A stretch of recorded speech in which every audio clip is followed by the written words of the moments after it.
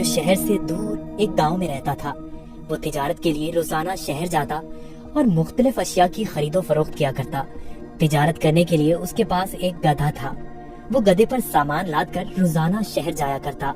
ताजिर अपने गधे की बहुत अच्छे तरीके से देखभाल करता, उसकी खुराक का बहुत ख्याल रखता, उसे वक्त पर चारा डालता और पानी पिलाता, क्योंकि ताजिर को पता था कि उसकी तिजारत के लिए इस गधे की बहुत जरूरत है।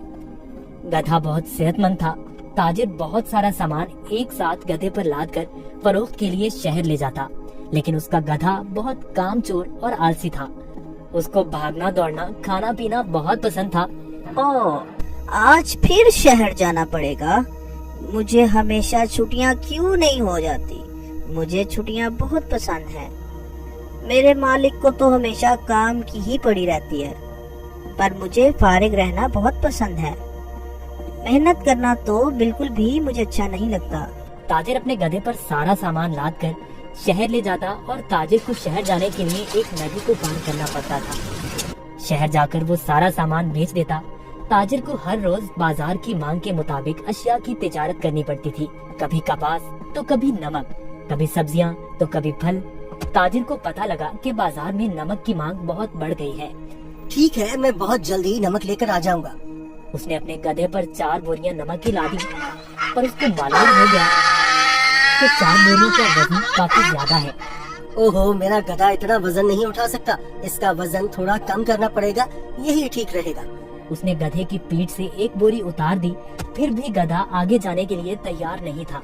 ताजिर को अपने गधे का तो बहुत ख्याल था, पर उसको अपने गधे का पता था कि वो बहुत कामचोर और आलसी है। उसने एक छड़ी गधे की पीठ पर मारी और उसे बाजार ले जाने की कोशिश करने लगा।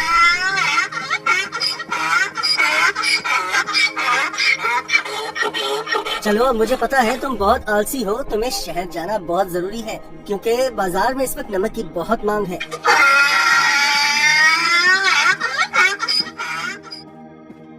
ताजिर ने सारा नमक फरोख्त कर दिया।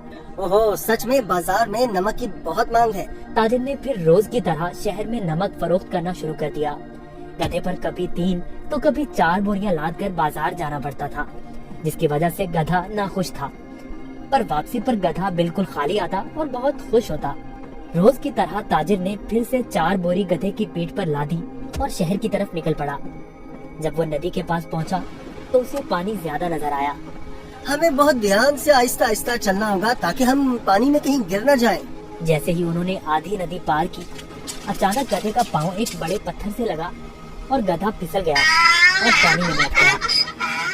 ओहो, तुमने ये क्या किया? बोरियां तो अभी भी मेरी पीठ पर हैं, लेकिन मुझे इतना वजन महसूस नहीं हो रहा।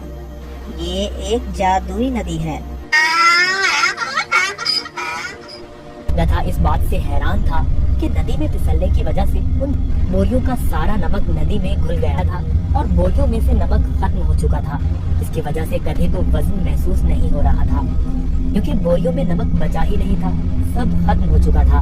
ओहो, मेरी सारी मेहनत जाया हो गई। अब मैं शहर जाकर क्या करूँगा? सारा नमक तो बह गया है। शुक्र है खुदा का, मेरा गधा तो सही सलामत है।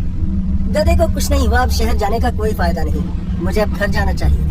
वाह, कोई वजन भी नहीं और काम भी नहीं। ये तो कमाल की नदी है। फिर अगले दिन ताजिर ने 4 बोरियां गधे की पीठ पर लाद दी और शहर की तरफ निकल पड़ा।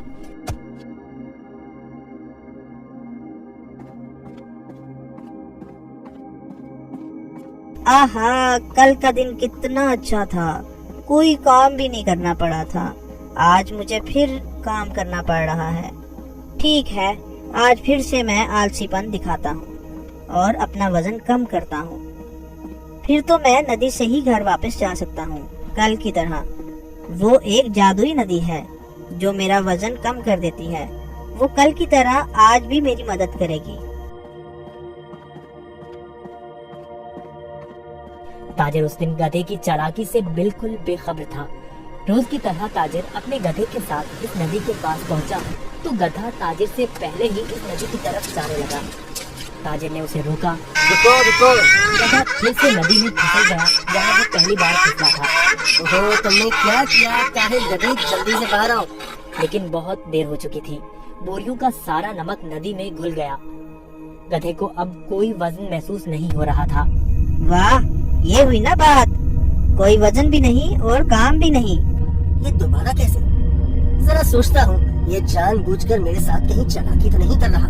ओ काहिल गधे, मैंने तुम्हारा इतना ख्याल रखा और तुमने मेरे साथ क्या किया? इसे घर वापस ले जाता हूँ। मुझे पता है, अब देखो मैं तुम्हें कैसे सबक सिखाता हूँ। गधे ने सोचा, मैंने काम चोरी का ये अच्छा तरीका ढूंढा है, पर ताजिर का तो आज कुछ और ही जहन था। अगले रोज ताजिर ने गधे की पीठ पर 6 बोरियां रुई की लाद दी, लेकिन गधे को थोड़ा सा भी वजन महसूस न हुआ। ओहो, इतनी ज्यादा बोरियां? कोई मसला ही नहीं। शहर तक जाना किसने है? इस जादुई नदी तक तो जाना है बस। और वो शहर की तरफ जाने लगे। जब वो नदी के पास पहुँचे तो अचानक से गधा नदी पार करने लगा और उसी जगह पर फिसला जहाँ वो पहले फिसलता था। ताजिर बाहर खड़ा होकर ये सब मंजर देख रहा था। ओहो, ये मेरी पीठ पर इतना वजन कहाँ से आ गया?